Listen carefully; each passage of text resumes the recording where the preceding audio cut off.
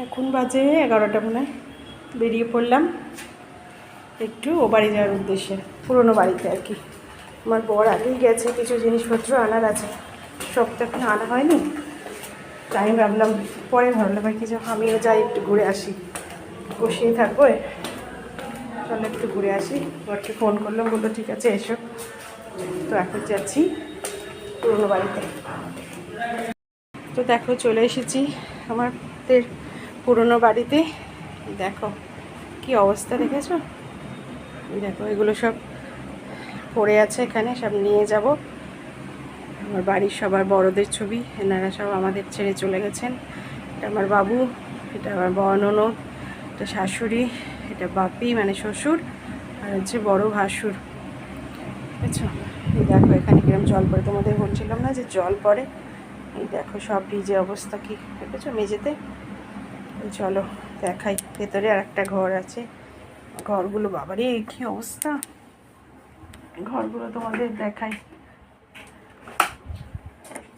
দেখো বাবা, এগুলো পড়তো না, এগুলো আবার পড়েছে এখানে, কি অবস্থা দেখো, কি অবস্থা শুধু দেখো, বুঝেছো? এই দেখো এখানে সব রয়েছে উপুর করা, হাঁড়ি ফাড়ি সব কিছু। এখানে আমার ঠাকুর থাকতো, আমার তো দেখেছোই, যারা আমার অনেক দিনের বন্ধু তারা তো দেখেছো, এখানে আমার ঠাকুর থাকতো। এই ঠাকুরগুলো রয়েছে, এগুলোকে আবার জলে দিতে হবে, কোনো দেয়া হচ্ছে না, এখানে আসাই হচ্ছে না। তারপরে এটা আমাদের যেসব চালের টিন, আটার টিন, মুড়ির টিন, এখানে সব হাঁড়ি কুড়ি, আমার শাশুড়ির সব হাঁড়ি কুড়ি সব রয়েছে। এগুলোকে আস্তে আস্তে নিয়ে যাব, সব নিয়ে যাব না, যেগুলো খুব প্রয়োজন সেগুলো নিয়ে যাব। দেখছো আমার ঘরের কি অবস্থা, ওপরটা দেখো, ওই দেখো কেন আমরা চলে গেছি, এবার বুঝতে পারবে, বুঝেছো? এই জন্যে আমরা চলে গেছি এখান থেকে। এই ঠাকুরের আসনটাও নিতে হবে, ঠাকুরের আসনটাকেও নিতে হবে, নিয়ে যাই, কেচে দিতে কাচতে হবে। এটা আমার মেজো জায়ের ঘর, এই যে ঘরে খাট ছিল, খাটটা এখানে খুলে রাখা হয়েছে।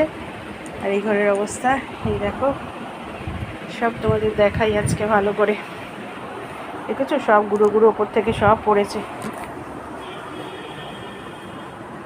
বন্ধ করি, এবার চলো আমার ঘর দেখবে, চলো। এখানে সব জলের বালতি থাকতো, একটা বালতিতে জল ছিল, জলটা ফেলে উপর করে দিলাম, কারণ জলে